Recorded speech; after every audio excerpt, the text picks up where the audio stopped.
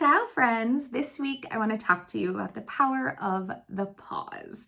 So we are going to take a break from the names of God, and I want to dive into this notion of pause, rest, taking breaks, because it is spring break season. And for any of us who have children, know that that can be amazing or daunting or somewhere in between, but it is something. It's a break from the daily routines that we've probably hopefully established in our lives. And so sometimes in breaks like this, we shift from one busy to another. So often we hear people say, who come home from vacation, I need a vacation from my vacation. And I get that. I feel that, right? We haven't properly taken breaks. And so I want to dive into this notion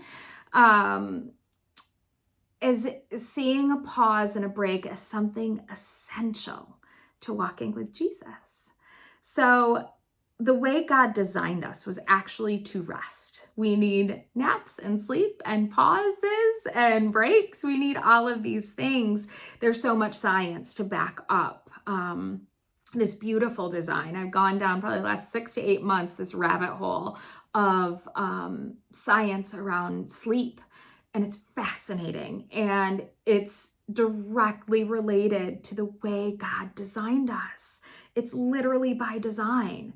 Ignoring the design leads to exhaustion and forgetfulness and anxiety and depression and just being parched in our minds and our bodies and our souls, spiritual dryness, all the things that we don't want in our life. And so I want to take a moment today and remind us first, it is not selfish to need rest and breaks. It is actually biblical. When we pause and make room for God to strengthen and refresh and speak to us, it creates space for our great healer and our great creator to refresh and renew us. So I want to start around the idea that God commands rest. A pause and a rest and a break isn't just a suggestion. It was actually a commandment. We can find it in Exodus 20, verse 8 to 10. Remember the Sabbath day by keeping it holy. 6 days you shall labor and do all your work. But the seventh day is a Sabbath to the Lord your God. On it you shall not do any work, neither you nor your son nor your daughter nor your male or female servants nor your animals nor any foreigner residing in your town. So it was in the original commands that God gave Moses. God was telling his people, by design, observe a day of rest. And if we dig further, we're going to go backward. We're going to visit Genesis, the creation story, chapter 2, verses 2 and 3. By the seventh day, God had finished the work he had been doing. So on the seventh day, he rested from all his work. Then God blessed the seventh day and made it holy, because on it he rested from all the work of creating that he had done. God rested in the very beginning of time. He himself paused and rested, and he was establishing this beautiful rhythm for us. We can look at this and say, oh, that's great, but that was the Old Testament. That doesn't really apply to us because Jesus came. We don't have to pay attention to that. Yes, but wait. Jesus did come, right? But God's design never changed. God's design for rest has always stayed the same. So in Mark 2, verse 27, we're going to jump to the New Testament. Give me a moment. Mark 2, 27. Then he said to them, Jesus' words, the Sabbath was made for man, not man for the Sabbath. So the Son of Man is Lord even on the Sabbath. That was Mark 2:27. That was actually 28 too. Jesus' own words tell us the Sabbath was a gift. It was for our own well-being that he gifted this to us. It's an intentional pause embedded in our design.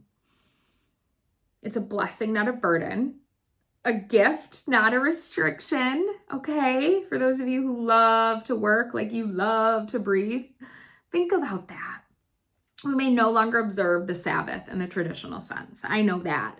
But on weeks like this, spring breaks, we get to intentionally create space and step back and seek Jesus. That's how we end up renewed. We get to lean into and love on our kiddos and spouses. and infused Jesus into it, which leads me to my next point. God commanded rest. Jesus modeled it, even in the midst of the busy. In Mark 6, we see the story of Jesus feeding the 5,000, perhaps one of the most well-known biblical miracles. And we see Jesus rested. In Mark 6, verse 31, says, then because so many people were coming and going that they, the disciples, did not even have a chance to eat, he said to them, Jesus' words, come with me by yourselves to a quiet place and get some rest. If I can be really honest, if I were tasked with feeding 5,000, rest would be the very last thing on my mind. I would be like, no way, no how, we gotta keep moving, right? But Jesus encouraged it. We see it again in Luke 5. Word was spreading about Jesus in this portion of the gospel. Things were getting super busy in his ministry. So Luke 5, verses 15 to 16, yet news about him spread all the more, so that crowds of people came to hear him and be healed of their sicknesses. Verse 16, but Jesus often withdrew to lonely places and prayed. He paused, right? If the Son of Man modeled rest, how on earth can we neglect it? Sometimes it means walking away from demands. Sometimes it means reconnecting with God, plugging ourselves back into heaven. The moment to refuel, taking a moment to refuel instead of choosing to run on empty, right? So God commanded it. Jesus so beautifully at every pass modeled it. And now, number 3, perhaps you can guess it, we get to practice it. It's a practice and a priority shift that empowers us to be more present. So many of us feel like we can't take a break because of the weight of our responsibility that we carry on our shoulders. And it's heavy and it's a lot. And sometimes we're responsible for, if we're employers, we're responsible for people, right? Livelihoods. If we're employees, we're responsible for maybe our teams or our jobs or, all of the things. And those are big things, right? If we're stay-at-home moms or parents, that means running a home. And we all know that that is not an easy job. But what if a pause and a rest actually made us better? What if it made us better spouses? What if it made us better parents? What if it made us better employers and employees and leaders and friends? What if taking and leaning into the pause made us better?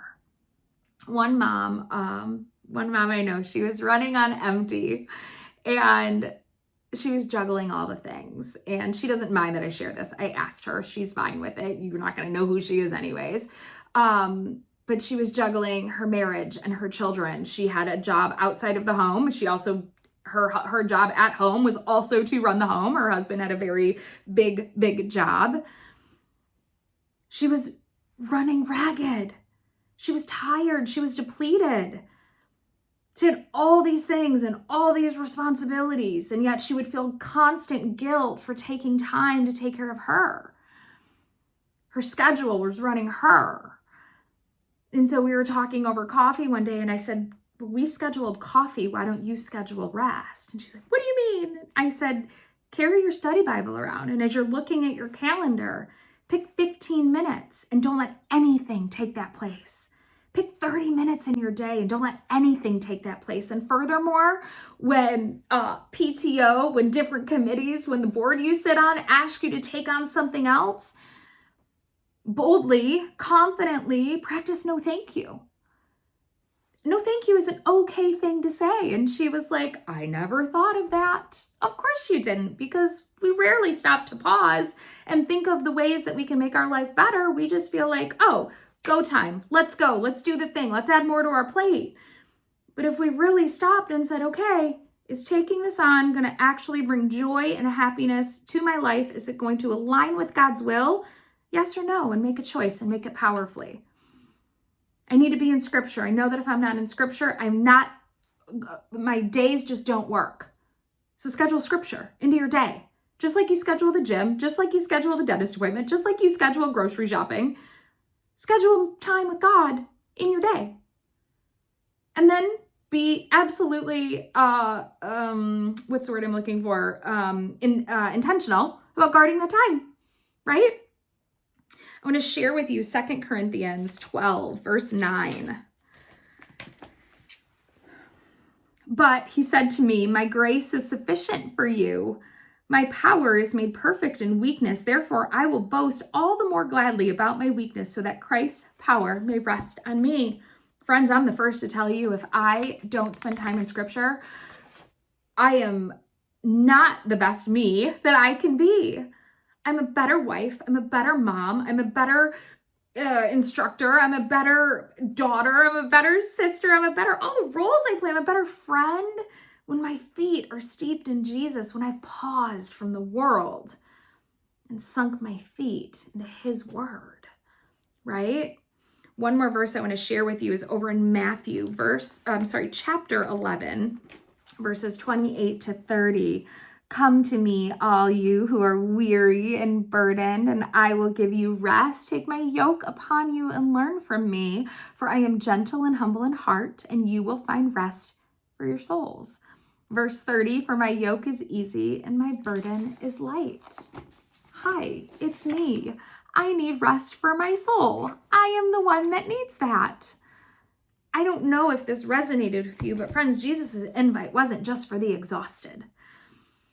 It was for those of us who believe that in order to attain success or to get where we need to go, we need to add all the things and be all the things and do all the things to our plates and our calendars, right? It goes God, spouses, children, and everything else. That's the order that life works in by design. So during this season of spring break, wherever you find yourself, whether you're having a staycation or no-cation or an amazing vacation with white sand beaches and sunshine, whatever the season, remember that pauses, they make a difference. They make a difference for your soul. Saying no thank you allows you to say yes to peace. Scheduling God in your day keeps him there. God designed us for rest. He actually commanded it. And Jesus, so eloquently as he does, modeled it for us. It's up to us to practice it. So pause with purpose. Show the people around you what it looks like to trust God with your time and with your well-being. I hope that you were able to pull some nuggets of wisdom from this. I hope that you have the best day ever. And as always, remember, there is always something to be thankful for. Cheers.